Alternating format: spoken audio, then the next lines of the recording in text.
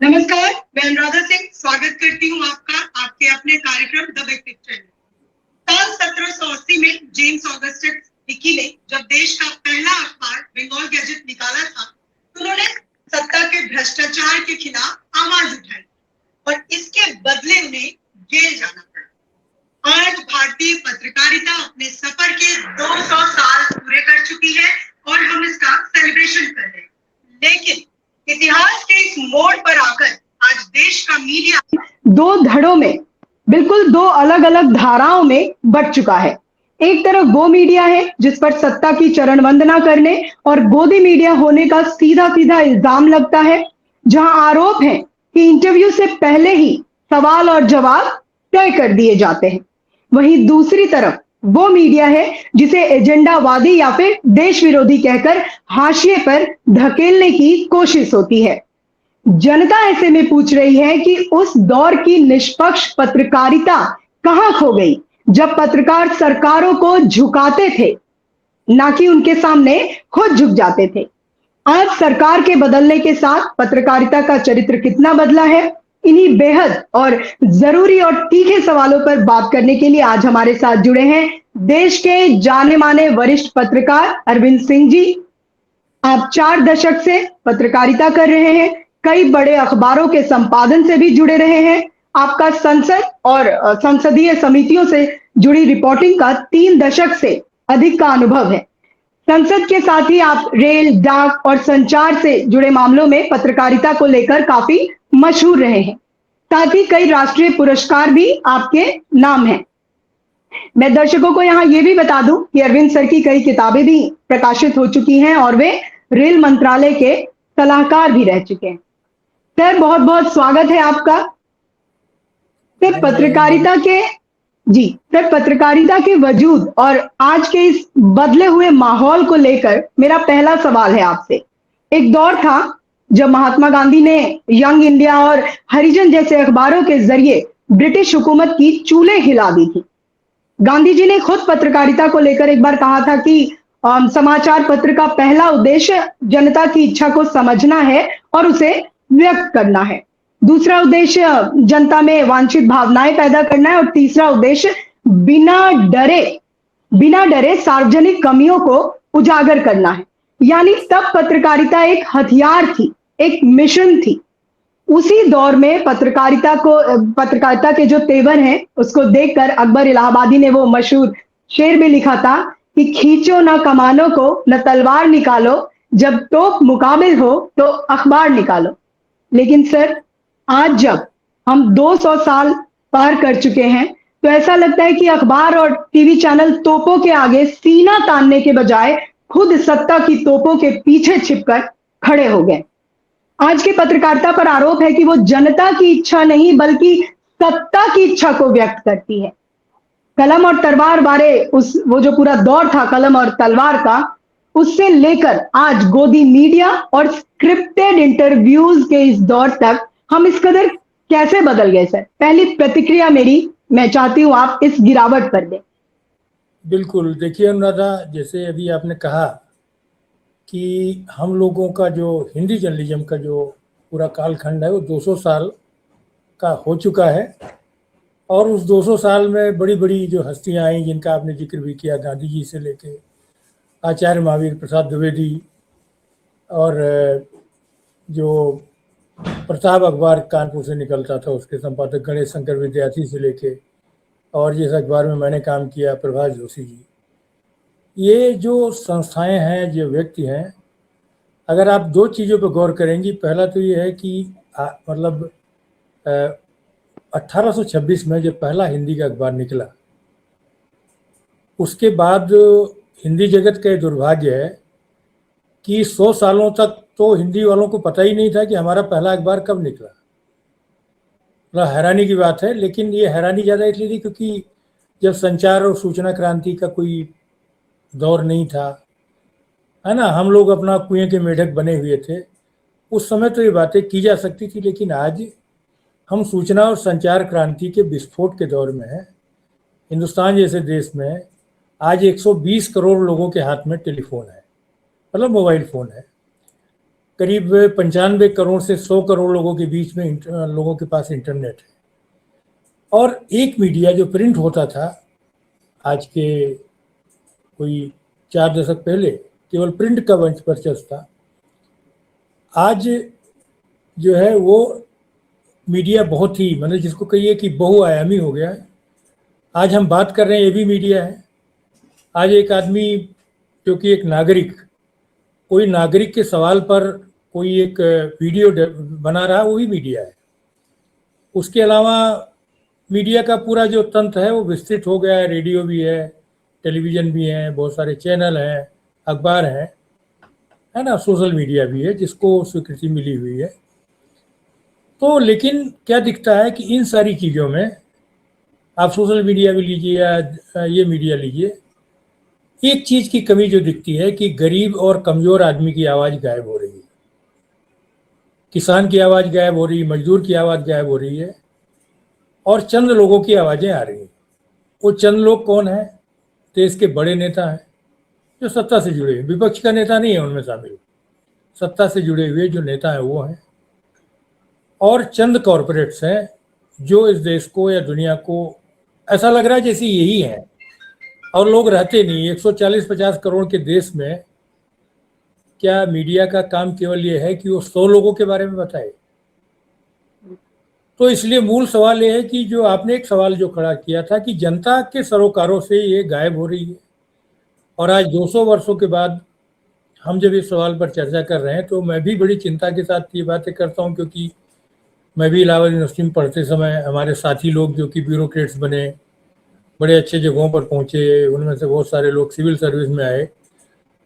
तो उस समय भी मैंने कभी नहीं सोचा, मैंने ये तय किया कि मुझे जर्नलिस्ट बनना है, क्योंकि ये ऐसा रास्ता है जिसके बहाने मैं गरीब और कमज़ोर लोगों की बातों को सत्ता के सीट्स पर बैठे हुए लोगों तक पहुंचा सकता हूं। और मुझे खुशी है कि मैंने वो काम जारी रखा, और उससे करोड़ों लोगों को तो नहीं, लेकिन कम से कम हज़ारों लोगों को फ़ायदा पहुंचा।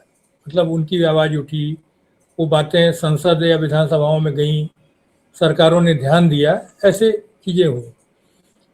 आज दुखद पहलू यह है कि जब पत्रकारिता के सामने ऐसा कोई संकट नहीं है, जैसे मैं एक उदाहरण दूं आपको कि आज के 200 साल पहले जिस व्यक्ति ने अखबार निकाला, पंडित जुगल किशोर शुक्ल नाम के व्यक्ति, वो पत्रकार नहीं थे, वो वकील थे। और उनके मन में केवल एक भावना आई थी कि बंगाल में जहाँ और भाषाएं प्रमुखता के साथ बोली जा रही है, हमारे हिंदी का कोई अखबार नहीं है। उन्होंने ये सोचा, और जिस समय उन्होंने बात सोची थी उस समय ना रेलगाड़ी थी, उस समय ना टेलीफोन था। आप सोच लीजिए कि कैसे अखबार निकाला होगा।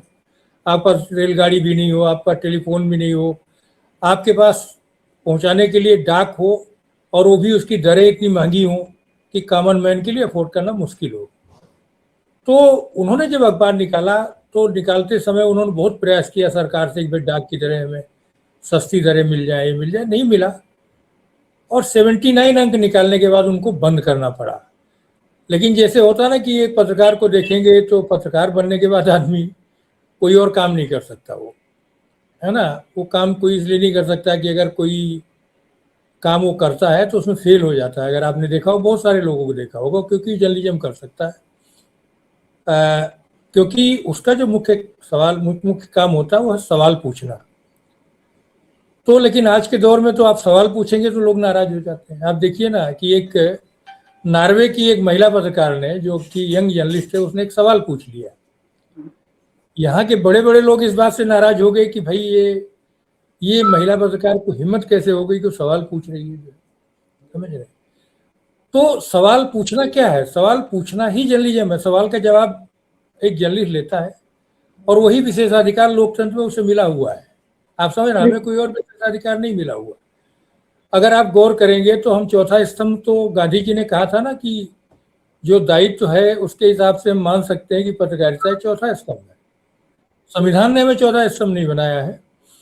दूसरी चीज, हम जो बोल रहे हैं या जो लिख रहे हैं, वो आज़ादी भी हमें संविधान में नागरिकों की आज़ादी के बीच से मिली हुई है, जिसमें सुप्रीम कोर्ट के बहसों में कहा गया कि नहीं, ये उसी का विस्तार है। यानी मीडिया की आज़ादी नागरिकों को मिली हुई अभिव्यक्ति की आज़ादी का ही विस्तार है, हमें कुछ अलग से नहीं मिला हुआ, अगर आप गौर करेंगे। लेकिन आज 200 वर्ष के बाद ये होना चाहिए, क्योंकि जिस तरह जर्नलिज्म जा रही है तो मुझे लगता है कि आज ये सवाल होना चाहिए कि पत्रकारिता जा कहाँ रही है, उसके जाने के पीछे कारण क्या है, और आज के दौर में क्या सरकार इस बात पर विचार करेगी कि उसे विधिवत संवैधानिक ढांचे में उसको चौथा स्तंभ के तौर पर घोषित करे और अभिव्यक्ति की आज़ादी के लिए उसको सुनिश्चित करे कि मीडिया की आज़ादी के बारे में, उसको केवल अभिव्यक्ति की आज़ादी नहीं, जो मीडिया की आज़ादी को सुनिश्चित करे इस बारे में। और सुनिश्चित करने का मतलब नहीं कि अखबार में आप लिख रहे हैं, आप जो यूट्यूब पर बात कर रहे हैं, आप जो भी अभिव्यक्ति के जो साधन विकसित हुए हैं, क्योंकि क्या है, हमारे जो कानून है ना, अगर आप गौर करेंगे, वो कानून प्रिंट के बने हुए हैं। यहाँ तक कि प्रेस काउंसिल ऑफ इंडिया भी है, तो अगर आपसे किसी टेलीविजन से चैनल में शिकायत होगी अनुराधा, तो आप उसको शिकायत नहीं कर सकती, आपके पास कोई तंत्र नहीं है, यानी जो तंत्र बना हुआ वो प्रिंट का है। तो मुझे लग रहा है कि ये बड़े गंभीर, आपने जो सवाल उठाए, बड़े गंभीर चिंतन का विषय है कि 200 वर्ष में हम कहाँ पहुँचे, कहाँ ये दिशा जा रही है। और डिजिटल वर्ल्ड में जिसको आप ये कह रहे हैं कि डिजिटल वर्ल्ड वालों ने क्या काम किया, मैं एक बात कह के अपनी बात यहाँ खत्म कर रहा हूँ कि जो डिजिटल वर्ल्ड है उन पर किन लोगों का कब्जा है, कुछ लोगों का, मैं कह रहा हूँ 4-5 लोगों का कब्जा है, ज़्यादा लोगों का नहीं है। और उन्होंने एक अभियान चलाना शुरू किया है कि पेपरलेस दुनिया बनाना चाहते हैं। आप अभी देखिए, आपने कोरोना के बाद हमने देखा कि जब हमने वर्क फ्रॉम होम किया, उसके बाद बहुत सारी स्टडीज हुई हैं कि ये जो मीडियम है जिस पर हम बात कर रहे हैं, ये मीडियम बच्चों के समझ से बाहर है। बच्चों को पेपर चाहिए, यानी किताबें चाहिए, किताबों से आप अलग नहीं हट सकते। तो मुझे लग रहा है वो लोग प्रयास कर रहे हैं, क्योंकि ये जो डिजिटल दुनिया है, ये डिजिटल दुनिया थोड़ा असर डालती है, बहुत ज़्यादा असर नहीं डालती, कुछ नुकसान फायदा पहुंचाती होगी, कभी किसी को चुनाव में फायदा पहुंचा सकती होगी। है, सरकार को अचानक आएगा कि एक पार्टी बन गई, जिसके व्यूअर्स ज़्यादा हो गए, ये ज़्यादा हो गए, ये सारी चीज़ें अपनी जगह है। लेकिन अगर आप मीडिया के होल वर्ल्ड को देखेंगे तो मुझे लगता है कि आज के तारीख में प्रिंट को ज़्यादा मजबूत करने की ज़रूरत है। उसके अलावा भी आप रेडियो है, टेलीविज़न है, ये जो भी मीडियम्स हैं जो कि इस्टेब्लिश मीडियम है, इनके बारे में जो इनके दिशा निर्देशक हैं, इनको बहुत ही गंभीरता के साथ विचार करने की ज़रूरत है। क्योंकि आप किसके लिए बात कर रहे हैं, जनता तो गायब है ना आपके उससे। आपको आज भी आप ये देखिए ना कि किसान 100 करोड़ के करीब किसान परिवार है इस देश में। कोई भी अखबार उठा के देख लीजिए, आप किसान के बारे में कौन सी खबर आती, किसान के बारे में कभी पॉजिटिव खबर आती ही नहीं। तो इसलिए मुझे लगता है कि आप मजदूर के बारे में क्या, मजदूर में नोएडा ने आंदोलन किया, 3-4 दिन के बाद कौन सी खबर चलने लगी कि साहब इसमें पाकिस्तान का हाथ था। आप उठा के देखिए, मतलब आप न्यूनतम मजदूरी के बारे में भी अगर कोई सवाल खड़ा कर रहे हैं तो अगले दिन, चौथे दिन, 5वें दिन मीडिया का एक वर्ग उन मजदूरों को, जो कि कहीं मतलब जो कि स्वतः स्फूर्त था, हम सब ने आंखों से देखा, उसको बताने लगता साहब ये जो आंदोलन था ये पाकिस्तान से प्रेरित था। तो हम इतने बड़े देश, महादेश, जिसमें पाकिस्तान उत्तर प्रदेश के बराबर है, हाँ, वो उत्तर प्रदेश के बराबर वाला देश आपकी हर समस्या के अंदर घुस जाता है, तो भाई हम मतलब 1947 से अब तक हम कर क्या रहे हैं कि हर जगह कहीं ना कहीं पाकिस्तान आ जाता है, सांप्रदायिकता आ जाती है, हिंदू मुसलमान आ जाता है, तो हम कर क्या रहे जी। और यहाँ सर आप देखिए ना कि किस तरीके से पूरा का पूरा जो एक एजेंडा सेट किया जाता है, फोकस ही शिफ्ट कर दिया जाता है। अगर अभी आप देखें तो एक मशहूर जो टीवी की एंकर है, मशहूर चैनल की, तो उन्होंने पूरा मतलब शायद कुछ मीटिंग हुई होगी हाई लेवल की और बोला गया होगा कि आप फोकस शिफ्ट करिए, तो पेपर लीक से हट करके पूरा का पूरा फोकस जो है अब यूट्यूब टीचर्स और उस पर आ गया, पूरा देश उसी में चर्चा करने में लगा हुआ है, सोशल मीडिया पे मीम्स बन रहे, मेन फोकस ही हट गया। क्या अभी तक पूछा गया कि धर्मेंद्र प्रधान जी का इस्तीफा हुआ या नहीं? आपने कुछ अफसरान को ट्रांसफर कर दिया और पूरा का पूरा नैरेटिव आपने चेंज कर दिया, शिफ्ट कर दिया। फिर यहाँ जो आपने जवाब दिया था ना, उससे एक और सवाल मेरे मन में आया कि सर जो दिल्ली के जो पावर कॉरिडोर्स हैं, सत्ता के गलियारे, उनमें एक टर्म बहुत मशहूर है, एक्सेस जर्नलिज्म।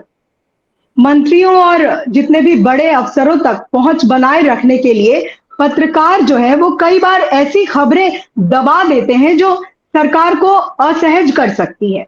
सवाल ये है सर मेरा कि आज का पत्रकार अपने सोर्सेस सूत्रों का इस्तेमाल देश को सच बताने के लिए कर रहा है या फिर सत्ता के लोग अपनी मनपसंद खबरें प्लांट करने के लिए पत्रकारों को यूज कर रहे हैं। सर ये जो पूरी की पूरी लाइन है ना वो धुंधली कहां पर हो रही है, मैं चाहती हूं आप अपने अनुभव से बताएं। जी बिल्कुल, जैसे भी आपने एक सवाल उठाया, जो एक एंकर ने जो कुछ भी किया वो बाकायदा उनकी नीति का हिस्सा है, तो हम सब जानते हैं। लेकिन उनको जवाब अगर आपने देखा होगा तो उनको जवाब बहुत तगड़ा मिल गया है, क्योंकि आप ये उम्मीद नहीं देखिए, आप सरकार से सवाल पूछते, सरकार जवाब नहीं देती, एक अलग बात हो सकती है। लेकिन आप जिन यूट्यूबर से सवाल पूछ रहे हैं, आप जिन टीचर्स के बारे में बातें कर रहे हैं, तो उनका हम एक जर्नलिस्ट के तौर पर हम ये कैसे मान सकते हैं कि केवल हमारा कंट्रीब्यूशन इस देश के बारे में। देखिए, एक राष्ट्र जब बनता है तो उसमें सबका कंट्रीब्यूशन होता है। सबका कंट्रीब्यूशन का मतलब ये है कि अगर एक शहर आपको साफ सुथरा दिख रहा है, इसका मतलब ये है कि जो वहाँ की नगर पालिकाओं में काम करने वाले लोग हैं, जो कर्मयोगी सुबह उठ के झाड़ू लगा करके और आपके शहर को साफ सुथरा बनाते हैं, जो आपको नंबर और ग्रेड दिलाते हैं, ये सफाई करने वाले लोग क्या कहीं ऊपर से आते हैं क्या? या इनकी कोई दुनिया नहीं है? सबसे लो पेड लोग जो आपके शहर को चमकाते हैं, हमारे एजेंडे में नहीं होते हैं। ये हमारे एजेंडे में तब भी नहीं होते जब ये सीवर साफ करते हुए मर जाते हैं, तब भी हमारे एजेंडे में नहीं होते। तो ये जो अभी का जो आपने कहा, उसमें जनता ने उनको जवाब दे दिया, ये बता दिया कि जिनको आप यूट्यूबर जैसे खान साहब का एक जिक्र आया, तो मैंने बहुत सारे लोगों को देखा कि उनकी ओर से लोग जवाब दे रहे थे। खान साहब का जिक्र केवल इसलिए आया आगे बढ़ा के क्योंकि खान साहब मुसलमान है, बात समझ रहे हैं। कुछ लोगों को लगता है कि खान साहब का आप जिक्र करेंगे, अरे खान साहब या कोई भी, देखिए इस देश में जो कंट्रीब्यूशन करेगा, आप देखिए ना, यहाँ आग लगी दिल्ली में, आपको कोई और नहीं दिखा। अगर चंद मुसलमान वहां दिखे हैं और उन्होंने अपने गद्दे अपने उसके दुकान से ले आकर के और लोगों को बचाने का काम किया, कल ही ये सोशल मीडिया पे सर्कुलेट हो, 15 लोगों को बचा दिया ना। 15 लोगों को अगर बचाया है उन्होंने, तो पूरे नागरिकों को, उनको पूरे देश के नागरिकों को उनको सम्मानित करना चाहिए। भैया तुम क्या हो, तुम तो अपना पैसा नुकसान करके तुमने बचाया है। ये नहीं है, क्योंकि ये करते हुए उन्होंने ये नहीं सोचा ना कि ये जो फंसे हुए लोग हैं, ये हिंदू हैं, ये मुसलमान है। ये सोचता अगर कोई आदमी तो पहले मजहब पता करता ना। नहीं, ये कभी भी हमारे मजहबों की जब बात कर रहा हूँ, तो कोई भी मजहब या कोई भी धर्म ये तो बताता ही नहीं कि आप धर्म पूछ करके किसी की सहायता करेंगे। ये तो दुनिया कह रहा है। तो आपने जो कहा, ये जो एजेंडा जर्नलिज्म है, अभी आपने सुना होगा कि एक खबर बड़ी तेजी से सूत्रों के हवाले से चली कि साहब कैबिनेट की बैठक में प्रधानमंत्री जी ने कहा कि आप लोग पानी पीते रहिए। एक और खबर चली जिसमें कहा गया कि साहब वो उसी के बाद मन की बात में प्रमुखता के साथ ये चला कि साहब ये ठंडे पेय आप वो इस समय पीजिए और देसी पिए। तो आप ये बताइए हम क्या पीते हैं? अरे हमारे पुरखे, उन्होंने जो पेय ईजाद किए, सत्तू से लेकर के आम के पने तक के जो चीजें बनी हैं, वो देश के हर हिस्से में बनी। देश के हर हिस्से में जो पुरखे लोग हैं, जो बुजुर्ग लोग हैं, जो आज इस दुनिया में नहीं है, जो महिलाएं हैं, उन्होंने अपने स्थानीय परिस्थितियों के हिसाब से इतने ज्यादा पेय पदार्थ पैदा किए जो आज भी वही सबसे ज्यादा पिए जाते हैं। हमें ये लगता है ना कि पेप्सी और कोका कोला और ये सब पिया जाता है, लस्सी पी जाती, नहीं, वही पिए जाते हैं हमारे गांव में। और अगर क्योंकि उनका कोई काउंट नहीं होता, उनका काउंट अगर होने लगे जिस दिन, तो पता चलेगा कि ये जो काउंट हम कर रहे हैं कि साहब इतना पेप्सी बिकी, इतना अमूल की लस्सी बिकी, ऐसा नहीं है। आपको पता चलेगा कि कई करोड़ सत्तू के गिलास लोग पी गए, उनका कोई काउंट नहीं है। हमारे पास ऐसे काउंट नहीं है। जैसे आज जो एविएशन सेक्टर जितना ढुलाई कर रहा है, उससे ज़्यादा देसी नावें हमारी ढोती सामान।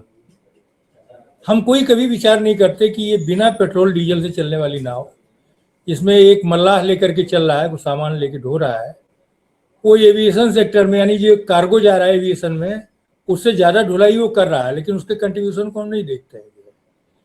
हम वो कितने लोगों को लेके जा रहा है वो नहीं देखते हैं। जो हमारी निगाह, वो मर जाते हैं उनके लोग, उनको भी हम नहीं देखते। हम किसको देखते हैं? अगर बरगी झील में एक जो जिसको हम बोलते हैं, मतलब एक क्रूज जब डूबता है तब हमें पता चलता है कि नहीं ये लोग थे, क्योंकि वहाँ मिडिल क्लास और अपर मिडिल क्लास लोग हैं। लेकिन नाव में आप देखिए ना, बीच में कुछ साल पहले यहाँ जमुना में हरियाणा जा रहे लोगों की एक नाव डूबी, उसमें काफ़ी लोग मरे थे, 70-75 लोग। वो सब किसान और मजदूर थे जो कि जाके हरियाणा में उस तरफ काम करते थे।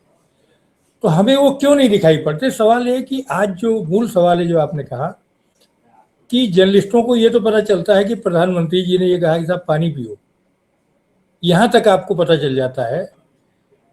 लेकिन जो लाखों लोग लू से मर रहे हैं, जिनके पास साधन नहीं इसलिए मर रहे हैं, वो आपको क्यों नहीं दिखता है?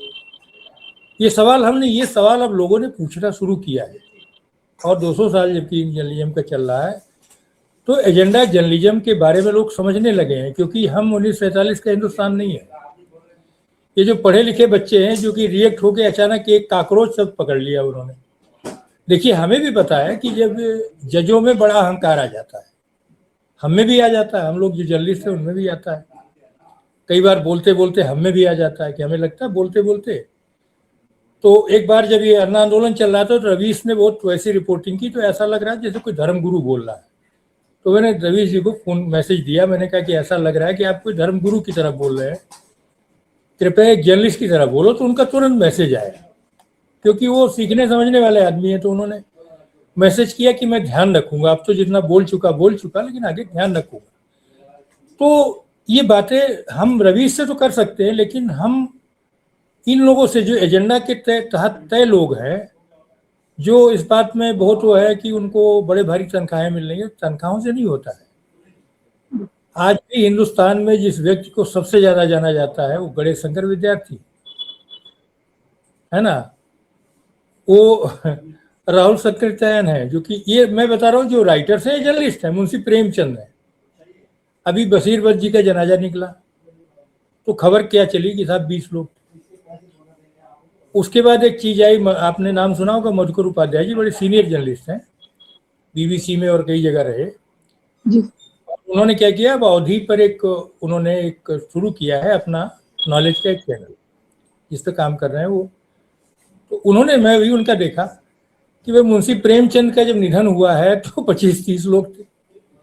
और उस समय के आचार्य नंद दुलारे वाजपेयी जो नोटेड राइटर थे, उन्होंने इस बात की टिप्पणी की, बनारस जैसे शहर में मुंशी प्रेमचंद की अंतिम यात्रा में अगर इतने कम लोग निकले तो ये हिंदी जगत का दुर्भाग्य है। तो आज हम 200 साल के बाद क्या बना रहे हैं कि आज हिंदी में कौन सी कमी रह गई, जरा बताइए। आज हिंदी एक विश्व भाषा है। हम जिन लोग, मोदी जी को भी लिखना होता है हिंदी के अखबारों में लिखते हैं, अगर आपने देखा होगा।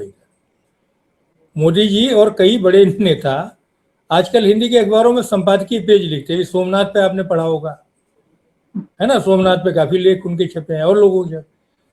तो हिंदी आज विश्व भारत भाषा है। यूपीए की सरकार के जमाने से 2006 से हम लोग विश्व हिंदी दिवस भी मनाने लगे हैं। हिंदी दिवस तो मनाते ही थे हर साल। तो एक विश्व भाषा के रूप में हो गई। सबसे ज्यादा उसके दर्शक हैं, सबसे ज्यादा उसके पाठक हैं सोशल मीडिया पर, यहाँ हिंदुस्तान में सबसे ज्यादा वो है। और तमिलनाडु जैसे राज्य में अगर आपने गौर किया होगा तो हिंदी के प्रति वो भाव नहीं रहा। विजयन ने भी एक ऐसी महिला को मंत्री बनाया जो हिंदी जानती है। हिंदी में कोई हिंदी के प्रति भेदभाव नहीं है। लीडर अपोजिशन राज्यसभा खड़गे जी, वो हिंदी में अपना भाषण देते हैं, खुद मतलब हिंदी भाषी इलाके से आते हैं, कन्नड़ इलाके से आते हैं। तो जो नेशनल लीडर्स हैं वो अगर आप उठा करके देखेंगे, अगर हिंदी भाषी इलाके से नहीं आते तो भी वो जो है वो करते हैं। अब प्रणब मुखर्जी जी ने क्या कहा था बीच में आखिर में कि मुझे अफसोस है कि मैं हिंदी सीख नहीं पाया, वो समझते थे। तो हिंदी जर्नलिज्म महाबली हो गई है आज की तारीख में, उसके चाहने वालों के हिसाब से, जानने वालों के हिसाब से। तो लेकिन महाबली किस लिए हुई है? आप कंटेंट में कहाँ महाबली है? आपके कंटेंट को कोई फॉलो क्यों नहीं करता है? देखिए, अंतोगत तो हम कितनी भी बात कर ले, अगर प्रेमचंद को दुनिया के 80 भाषाओं में अगर अनुवाद किया गया तो इसका मतलब है उनका कंटेंट में दम था। अगर हिंदी ताकतवर हुई है तो भाषा ताकतवर हुई है, तो ये आगे चल करके एआई के युग में ताकतवर तभी होगी जब आपका कंटेंट रिच होगा। अगर आपका कंटेंट, तो कंटेंट कौन बनाता है? आप बनाते हैं, हम बनाते हैं। जिनका भी आपने जिक्र किया, वो कंटेंट नहीं बनाते। वो उनकी जर्नलिज्म वही है, जैसे बारिश जब होती है तो बारिश में कुछ बुलबुले पैदा होते हैं। जर्नलिज्म गणेश शंकर, मैं एक आखिरी वो बताऊंगा कि गणेश शंकर विद्यार्थी, मैं अभी बीच में कानपुर जब गया तो वहाँ एक संग्रहालय है बिठूर में, तो वहाँ मैंने प्रताप के कुछ अंक देखे। उसमें एक अंक की हेडलाइन मुझे याद है कि हम बागी हैं और बगावत ही हमारा धर्म है। मैं ये सोचता हूँ कि गणेश शंकर विद्यार्थी में इतनी हिम्मत कहाँ से आई थी कि 1938-39 में, मतलब 1939-40 में या 1936-37 में उन्होंने इतना लिखने की हिम्मत कर ली और अंग्रेजी राज में छप गया। आज मुझे बताइए कि क्या हिंदुस्तान के किसी अखबार में दम है कि यही हेडिंग लगा दे? आज तो कॉकरोच से डरने वाले लोग हैं, कॉकरोच से डर गए। एक पार्टी जो कि मतलब ऑनलाइन बनी है, अभी चुनाव आयोग से उसको कोई पंजीकरण नहीं हुआ, क्योंकि पार्टी बनाना, ऑनलाइन पार्टी नहीं बना सकते। पार्टी बनाने की एक प्रक्रिया है, चुनाव आयोग आपको मान्यता देती है, फिर जनता आपको मान्यता देती है, तब आप राष्ट्रीय या राज्य क्षेत्रीय पार्टी बनते हैं। तो ये बात है अनुराधा। तो अभी सोचने के बहुत सारे सवाल हैं। हमें लगता है कि लुटियन में बैठने वाले लोग ये देश चला रहे हैं, ऐसा नहीं है। देश तो मुझे लगता है कि अभी भी हम लोगों की जर्नलिज्म को वो लोग चला रहे हैं जो जनता के बीच गरीब और कमजोर लोगों की बातों पर काम कर रहे हैं, और वो मजबूर करते हैं कि जो देश के बड़े विपक्षी नेता हैं वो उनकी उठाई हुई बात को नजरअंदाज न कर सकें। जी सर, मेरा एक सवाल, जो आपने अभी जैसे लेखकों की बात चली सर, तो चूंकि आप खुद एक पत्रकार और लेखक हैं सर, एक सवाल मेरे जहन में अभी ये आया। मैं बात 10 साल पहले की है सर, एक छोटा सा संस्मरण आपसे साझा कर लूं। 10-12 साल हो गए होंगे लगभग। प्रभाकर श्रोत्रिय जी, सामाजिक जो एक लिखते पढ़ते थे, उस पर समाजशास्त्री आप कह सकते हैं सर, उनसे मैं इंटरव्यू कर रही थी। आपने अन्ना आंदोलन की भी बात की। उनकी आंखों में लिटरली आंसू थे सर। उन्होंने मुझसे कहा, वो सपोर्ट में थे जब शुरुआत हुई इसकी, तो पूरी तरीके से सपोर्ट में थे जब इन्होंने घोषणा की थी कि हम पार्टी फॉर्म करेंगे, अब आम आदमी पार्टी। उसके बाद सर जिस तरीके से चीजें हुई, वो उनकी आंखों में आंसू थे मुझसे बात करते हुए, उन चीजों को याद करते हुए। सर, अभी रामचंद्र गुहा जी ने एक आर्टिकल लिखा है, 12 साल जो पार्टी सत्ता में रही है वो उससे सवाल नहीं करके विपक्ष को घेरे में ला रहे हैं। मेरा ये कहना है कि सर, जो इतिहासकार होते हैं उनका ये काम होता है कि आप वर्तमान को शब्द दें और एग्जैक्टली बिल्कुल वही शब्द दें जो वर्तमान में हो रहा है, ताकि भविष्य में उन चीजों का सही तरीके से मूल्यांकन कर सके तब की जनरेशन। लेकिन सर, जिस तरीके से चीजों को लिखा जा रहा है, परोसा जा रहा है, मेरे मन में तो सर एक डर है कि हम कहाँ जा रहे हैं अब यहाँ से। आप सर इसको कैसे देखते हैं? देखिए, मुझे ऐसा लगता है कि उनके जैसे व्यक्ति, देखिए इतिहासकार कौन होता है, हर एक को डिफाइन है ना। हम लोग जर्नलिस्ट हैं, तो हमारा क्या काम है कि जो अपनी आंखों से हम देख रहे हैं। कबीरदास जी महाराज कहते थे कि भाई मैं कहता आंखन की देखी, यानी जो अपनी आंखों से देख रहे हैं वो बता रहे हैं आप, ठीक है। इतिहासकार का काम है कि आज 5 जून है, 5 जून 2026 के पहले जो घटी घटनाओं को देखो। आप आगे का प्रेडिक्शन तो कर ही नहीं सकते, आप तो इतिहासकार हो, उसके लिए बाकी लोग बने हुए हैं। तो गुहा जी के साथ क्या हुआ कि गुहा जी को हिंदी ने एक ताकत दी। हिंदी के जो बड़े अखबार है उन्होंने छापना शुरू किया उनको, और एक शक्ति बने, और सत्ता ने ये तय कर लिया कि इनकी क्रेडिबिलिटी को खत्म करना है, क्योंकि इसी तरह की 4 चीज और अगर वो लिखने लगेंगे, बात समझ रहे हैं ना, क्योंकि आपका दर्शक जो होता है या आपका जो पाठक होता है वो आपसे जितना प्यार से जुड़ता है ना, उतनी जल्दी भागता भी है। ये जो खास तौर पर जो सोशल मीडिया का जो आया ना, आपने उठा के देखिए, मिस्टर एक्स अचानक कोई सवाल उठा रहे हैं, उसके बाद पता चला कि समोसे की बात करते हैं, इनकी बात करते हैं, और अचानक पता चलता है कि लाखों लोग उनको छोड़ के जा रहे हैं। यानी आप कहीं और जा रहे हैं तो छोड़ के जा रहे हैं। तो ये दौर है आज के। पहले ऐसा नहीं था कि आप मुंशी प्रेमचंद को आप कैसे छोड़ोगे। मुंशी प्रेमचंद ने तो नौकरी छोड़ दी अपनी, फिराक को आप कैसे छोड़ सकते हो। फिराक ने तो आज़ादी के आंदोलन में शामिल होने के लिए उस समय की सबसे बड़ी सिविल सर्विस छोड़ दी। जब भी फिराक की बात करते हैं हम कभी ये नहीं सोचते कि वो आदमी जब आज़ादी मिली होती, चीफ सेक्रेटरी होता वो आदमी उत्तर प्रदेश का, और वो आदमी लेक्चरर रहा इलाहाबाद यूनिवर्सिटी का। आप सोच लीजिए, तो ये छोड़ के आने वाले लोग हैं। और देखिए छोड़ के आना, आज विद्यार्थी जी की हम लोग बार बार क्यों चर्चा कर रहे हैं, उनको तो वो तो हमें आपको कुछ देंगे नहीं। हम इसलिए दे रहे हैं कि हमारे पुरखे हैं, उन्होंने अपना कंट्रीब्यूशन दिया है। उन्होंने न केवल जर्नलिज्म किया है बल्कि हिंदू मुस्लिम एकता के लिए शहादत दी है। हाँ, हम मौलवी बाकर की याद करते हैं, उन्होंने 1857 की क्रांति में लिखते हुए वो फांसी के फंदे पे चढ़े। तो इतिहास किनका होता है? इतिहास इनका तो होता ही नहीं। देखिए नदी जब बहती है तो उसके साथ बहुत कुछ बहता है ना, बहती है। पानी अचानक हम बात कर रहे हैं जिसमें जमुना का पानी हम जब से हमने शुरू किया, तो हो सकता कि वो मतलब एक बड़ा हिस्सा पार करके आगरा की ओर बढ़ रहा होगा, ठीक है ना। उसके साथ बहुत सारे सांप, बिच्छू, कछुए, हाँ, मछलियाँ, ये जहाँ जाके इलाहाबाद में संगम में मिल जाएंगी, है ना।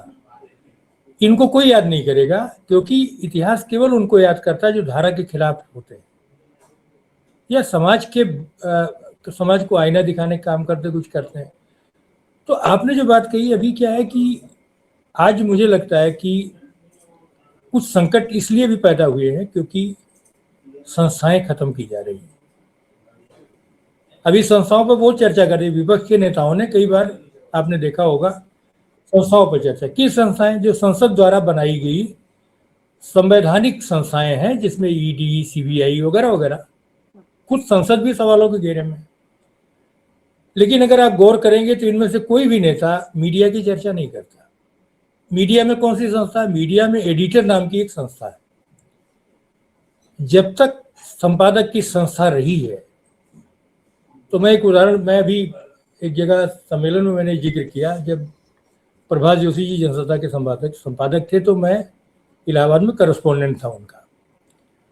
तो ये घटना इसलिए बता रहा हूँ कि आप संपादक की संस्था को सोचिए कि वो कितना ताकतवर और वो है।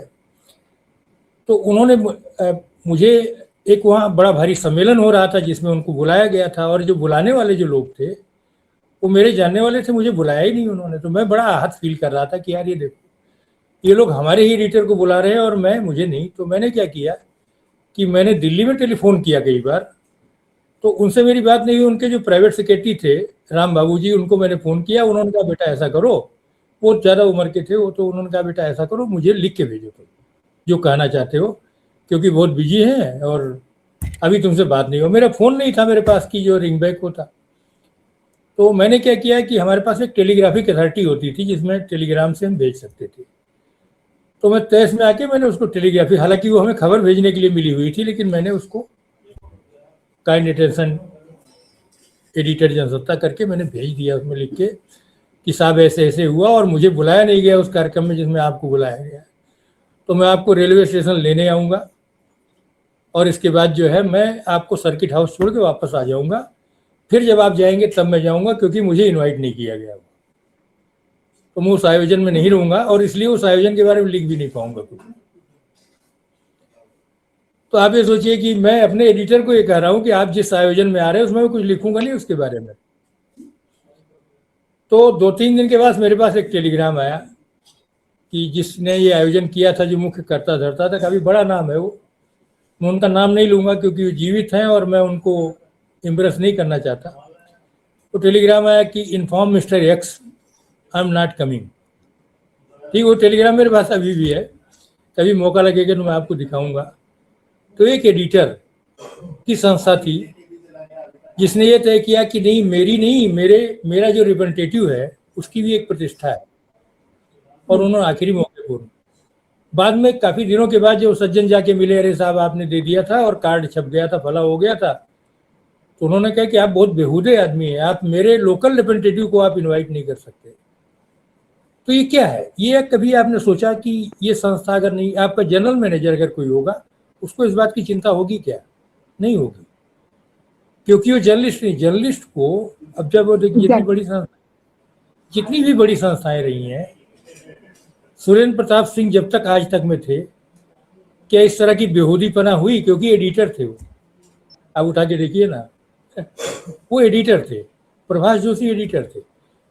तो अभी क्या है कि एडिटर नाम की ये संस्थाएं गायब हो रही, इसलिए कुछ भी सांप बिच्छू गोजर जिसको कहिए वो सब अपने आ रहे हैं, और कुछ भी छप रहा है, कुछ भी चल रहा है, और सरकारों ने पकड़ लिया उनको, क्योंकि आप उनके बारे में पता है ना कि भाई आपकी एक चीनी मिल भी है, तो आपके पास पहुंच गए 4 लोग कि अरे साहब आपका चीनी मिल में बड़ी गड़बड़ी चल रही है। फिर बाद में आखिर में ये होगा कि साहब अपने संपादक जी को भेजिए और उनका गला दबा देंगे कि साहब आप ऐसा करो कि हम तय करेंगे कि आप क्या चाहते हो। तो आप कई बार ये देखते हो कि कुछ खबरें एक ही लाइन पे चल रही हैं, जैसे पानी पिलाया जा रहा है जो है कि साहब ठंडा पानी पीजिए आप लोग। अरे किसको नहीं पता भाई, जो अंधा बहरा है उसको भी पता है कि गर्मी में ठंडा पानी पीना चाहिए जो है। तो ये जो चीज़ें चल रही हैं, जो आपने जो एक शब्द यूज किया था पहले, एजेंडा जर्नलिज्म, एजेंडा का मतलब है कि एक कमरे में एजेंडे तय होते हैं, और वो एजेंडा सरकार के पक्ष का ही नहीं होता है, वो एजेंडा ये भी होता है कि विपक्ष के नेताओं को कैसे उनकी ऐसी तैसी करना। जब भी आपने कहा ये क्या रामचंद्र गुहा का क्या है, आप 12 वर्ष की किसी सरकार की नीतियों के आकलन के बजाय कहाँ फेल हुए, आपने क्या वादे किए थे, उसके बजाय विपक्ष के नेताओं को, अरे भाई विपक्ष ने क्या नहीं किया। आप सोच लीजिए, मैं आपको बताता हूं कि आज के तारीख में जो भी संभव हो सका है विपक्ष वो काम कर रहा है, चाहे संसद के अंदर हो, संसद के बाहर हो। और ये जो 3 कृषि कानून जो वापस हुए, अगर विपक्ष क्या नहीं था इसमें शामिल, अगर विपक्ष शामिल नहीं होता और इस तरह की स्थितियां नहीं होती तो ये कानून ही नहीं वापस होते। अभी उठा करके देख लीजिए, परसीवन का जो कानून नहीं वो किसके नाते हुआ? अगर विपक्ष ने इसको राष्ट्रीय मुद्दा न बनाया होता तो परसीवन का कानून, ये लोग किसी की वजह 47 तक आप राज करोगे, ऐसा नहीं होता। इस देश में राज करने का अधिकार जनता ने 5-5 साल पे दिया है, वो बदलती रहती है। अभी उसने तय कर लिया केरल में किसको देना, कांग्रेस को, ठीक है। कहीं रूलिंग पार्टी को फायदा होता है, कहीं रूलिंग पार्टी को नुकसान होता है, लोकतंत्र यही है। आप लगातार सत्ता में, अगर कांग्रेस, आप सोच लो ना कि जब अगर कांग्रेस में, जैसे अंग्रेजों के लिए कहा जाता था कि उनके राज में सूरज नहीं डूबता, ठीक वही बात भारत में कांग्रेस के लिए लागू होती। भारत का कोई हिस्सा नहीं जहाँ कांग्रेस ना रही हो, या कांग्रेस ना हो, या कांग्रेस की सरकार ना रही हो। बीजेपी के साथ तो अभी वो स्थिति नहीं आई, यहाँ तक कि अभी बगल में ही देखो ना, तमिलनाडु केरल में ही अभी इनकी सरकार नहीं बनी, जबकि ये इनको हो गया 2000, मतलब इसमें अटल जी की सरकार रही 2 बार 3 बार इनकी हो गई है ना। इसके पहले जनता पार्टी में रहे, तभी आपके पूरे देश भर में सरकार नहीं आई। तो अगर राजनीतिक, सबसे बड़ा हिंदुस्तान का राजनीतिक दल जिसकी 140 साल की उम्र हो गई और अभी भी वो काम कर रहा है या जो भी है, अगर पॉलिटिकली वो 44 सीट पर आ सकता था, आज 100 या राज्यसभा मिला लो आप, तो ज़्यादा सीटें विधानसभाओं में ले लो, तो सबसे बड़ा बना, आज भी बना हुआ है, सबसे बड़ी पार्टी बनी हुई। लेकिन मैं कह रहा हूँ जो इतने बड़े समय तक सत्ता में रहने वाला, लगातार आनंद, मतलब जिसको कहिए कि वो आ सकता है इस स्थिति में, तो आपके साथ क्या है भाई? आप तो व्यक्तिवादी पार्टी है, व्यक्तियों पर आधारित दलों का क्या भविष्य होता है, आप बताइए मुझे। व्यक्तियों पर आधारित पार्टी का क्या भविष्य होता है? आप मायावती जी को देख लीजिए, काशीराम ने एक पार्टी बनाई थी, मायावती जी ने उसको व्यक्तिवादी पार्टी बना दिया, यानी एक व्यक्ति पर आश्रित पार्टी, क्या हो गई? और बाकी भी बहुत सारा। तो ये जो जर्नलिज्म है, बेसिकली जो एजेंडा जर्नलिज्म, ये बहुत ज़्यादा चलने वाला है नहीं, क्योंकि अपवाद है अभी, ठीक है। अब अपवाद की बात बाबा साहब ने करीब 70 साल पहले कही थी। उन्होंने ये कहा था कि आज की जो जर्नलिज्म है उसका काम है व्यक्तियों को, कुछ व्यक्तियों को आगे करके उनकी पूजा करना, आराधना करवाना। मतलब वर्बेटम में नहीं बता पा रहा हूँ, लेकिन उनका ये था। लेकिन इसके बावजूद कुछ अपवाद हैं, हम उनका सम्मान करते हैं।